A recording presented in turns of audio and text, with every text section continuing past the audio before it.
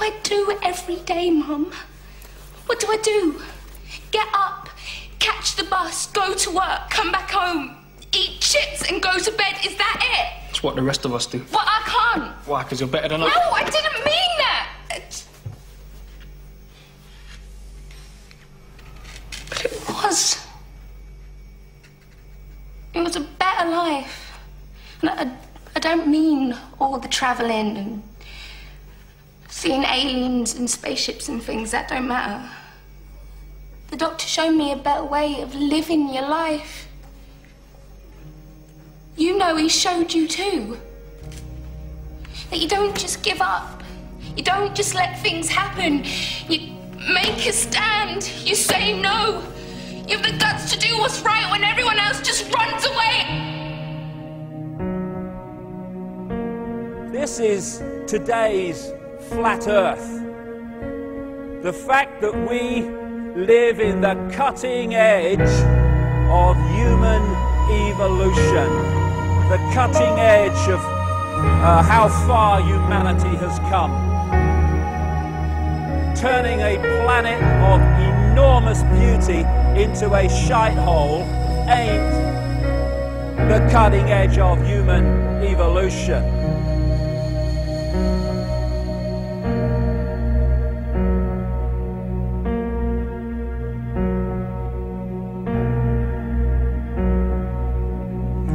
As Michael Elner said, just look at us.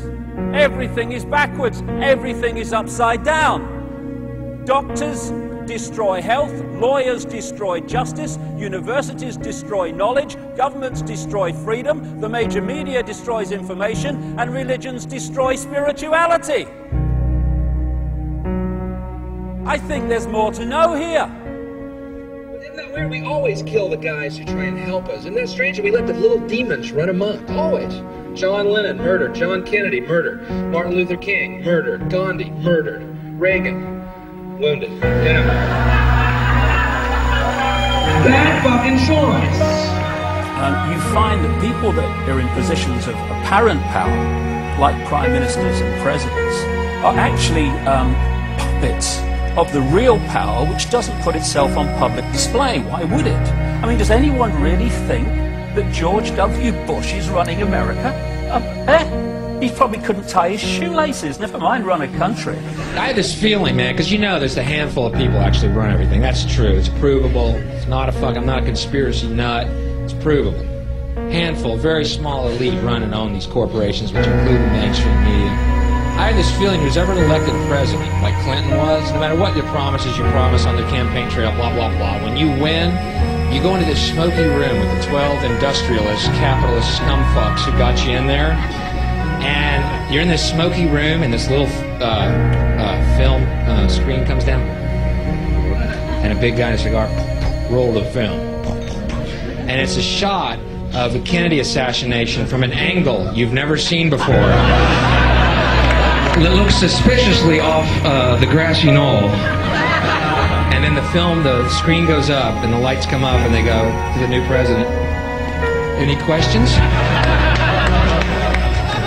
Just what my agenda is. First we bomb Baghdad. You got it. What I am is frustrated at watching Orwell's 1984 unfold in front of our eyes by the day, while people focus on who shot Phil Mitchell.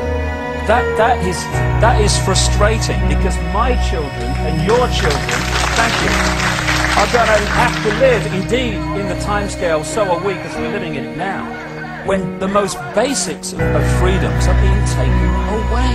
The average man and woman is in a trance. They get home from work, they don't even talk to their children. They turn the television on, and they let those corporate messages set the agenda in their lives. All you ever hear about in this country is our differences. That's all the media and the politicians are ever talking about, the things that separate us, things that make us different from one another. That's the way the ruling class operates in any society. They try to divide the rest of the people. They keep the lower and the middle classes fighting with each other so that they, the rich, can run off with all the fucking money. fairly simple thing happens to work.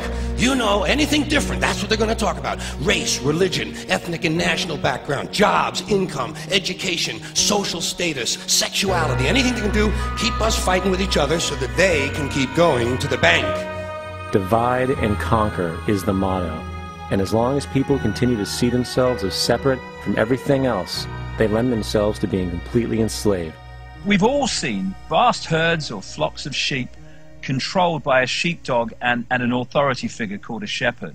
You imagine if just a significant number, not even half, of those sheep said, we're not going to succumb to fear of the sheepdog, and we are going to go our own way. And those sheep start going in their own way, they start expressing their uniqueness, and they stop acquiescing with the authority figure and succumbing to fear. Where's the power of the shepherd now? Where's the power of the sheepdog now? They have no power except in acquiescence by the mass of the sheep to the perceived power that they have. We need to start seeing humanity in these terms very, very quickly.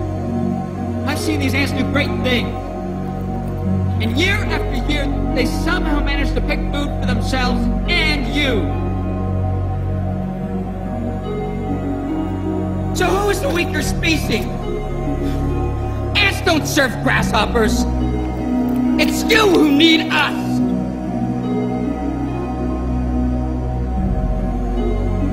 You know, when you go through all these different levels of how we are attacked mentally, emotionally and physically to suppress us and to hold us in the box, in the bubble, that tells us something about us. What people don't realize. Oh, it's negative. No, it's not negative. It's extremely positive if you want to use those terms, because it's telling us who we really are. The level of suppression on multi-levels, in multi-ways, that they've had to go to and continue to go to hold us in servitude shows the potential of genius and magnificence that we really are. And that's our natural state. This is the difference between the power of our Creator and anything else, particularly evil. That you can go into a pitch black room full of evil, full of darkness, and light a little candle, and instantly that darkness flees. But you can't do the opposite.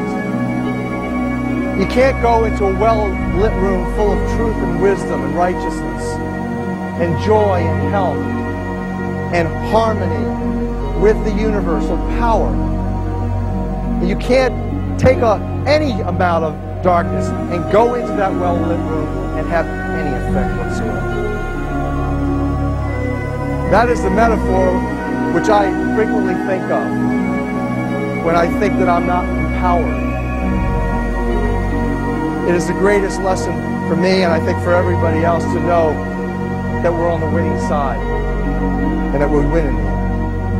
Today, a young man on acid realized that all matter is merely energy condensed to a slow vibration, that we are all one consciousness experiencing itself subjectively.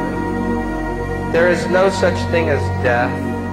Life is only a dream, and we are the imagination of ourselves. Here's Tom with the weather.